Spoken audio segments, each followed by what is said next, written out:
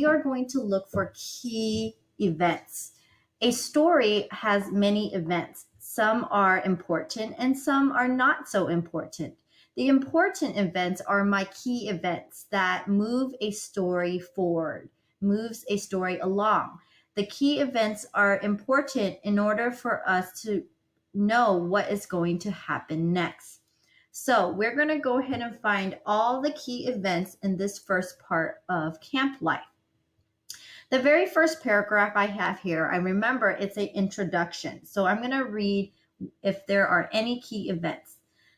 In the following excerpt from chapter 14, Tom, Joe, and Huck have taken a raft and run away to Jackson Island, a small island on the Mississippi River where they enjoy a life of freedom and adventure for several days. One day, they hear a cannon go off in the distance. They realize the sound is a signal that someone has drowned. Tom suddenly thinks he knows who they are searching for. Now, this paragraph is important for me to know that Tom and Joe and Huck have taken a raft and run away to Jackson's Island. This is a key event for me to know in order for the story to move forward. So this is my very first key event. I'm going to put a 1 here. And I'm even going to type on the side and write notes what my key event is. All right, I'm going to put it right over here. So I'm going to put 1, oops. I'm going to write Tom, Joe, and Huck have run away to Jackson's Island. This is the very first key event that I have in this story. I'm going to go ahead and continue to see if there are any more key events in here. Paragraph 1. While Joe was slicing bacon for breakfast, Tom and Huck asked him to hold on a minute. They stepped to a promising nook in the riverbank and threw in their lines. Almost immediately, they had reward. Joe had not had time to get impatient before they were back again with some handsome bass, a couple of sun perch, and a small catfish. Provision enough for quite a family. They fried the fish with the bacon and were astonished, for no fish had ever seemed so delicious before. They did not know that the quicker a freshwater fish is on the fire after he is caught, the better he is.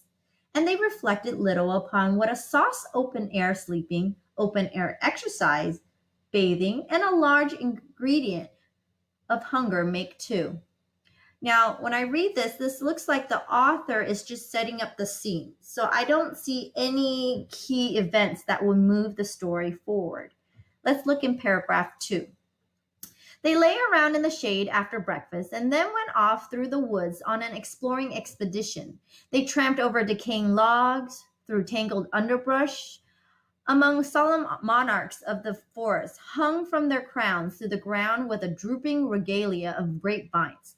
Now and then they came upon snug nooks carpeted with grass and jeweled with flowers. Again, I notice the author is explaining what the boys are doing, explaining the scene of where they are. Let's move on to paragraph 3.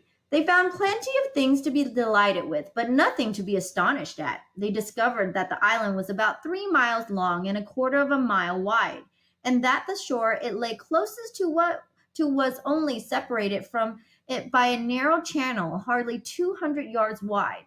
They took a swim about every hour, so it got close upon the middle of the afternoon when they got back to camp.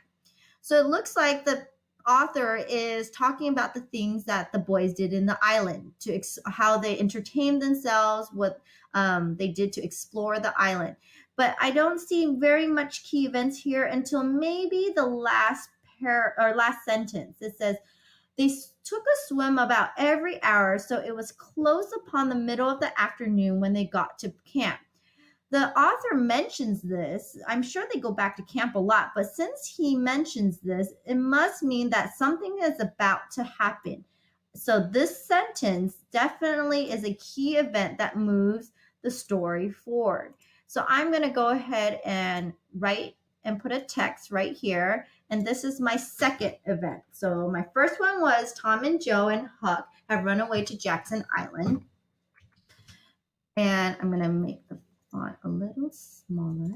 So the second event would be the boys went back to camp in the middle of the afternoon. All right. So we're going to go to the next page. I'm going to zoom in so that you can see. All right, let's move on to paragraph 4 and 5. Paragraph 4, they were too hungry to stop to fish, but they fared sumptuously upon cold ham and then threw themselves down in the shade to talk. But the talk soon began to drag and then died. The stillness, the solemnity that brooded in the woods, and the sense of loneliness began to tell upon the spirits of the boys. They fell to thinking, I notice a change in mood here. I noticed that they definitely, right here, the talk soon began to drag. That seems a change in mood. And then they felt a sense of loneliness and they fell into thinking. I think that maybe be a key event that is worth underlining. So I'm going to write the sense of loneliness. They fell to thinking. A sort of undefined longing crept upon them. This took dim shape. Presently, it was budding homesickness. Even Finn, the red-handed, was dreaming of his doorsteps and empty hogshead. But they were all ashamed of their weakness, and none was brave enough to speak his thought. So I know that this must be a key event that I just underlined, and that it's going to move the story forward. They felt a sense of loneliness. They fell to thinking, and what they realized without telling each other, that it was budding homesickness. So I have 2 key events here that I'm going to make sure that I type out and take note of it. Here I have key event number 3. The boys started feeling lonely and started to think. The fourth one was, let's put another text box here, is that the boys became homesick. So I just read paragraphs 1 through 4. We're going to go back and review what my 4 events that I put down. The very first key event I wrote was Tom, Joe, and Huck have run away to Jackson's Island. The second key event is here. The boys went back.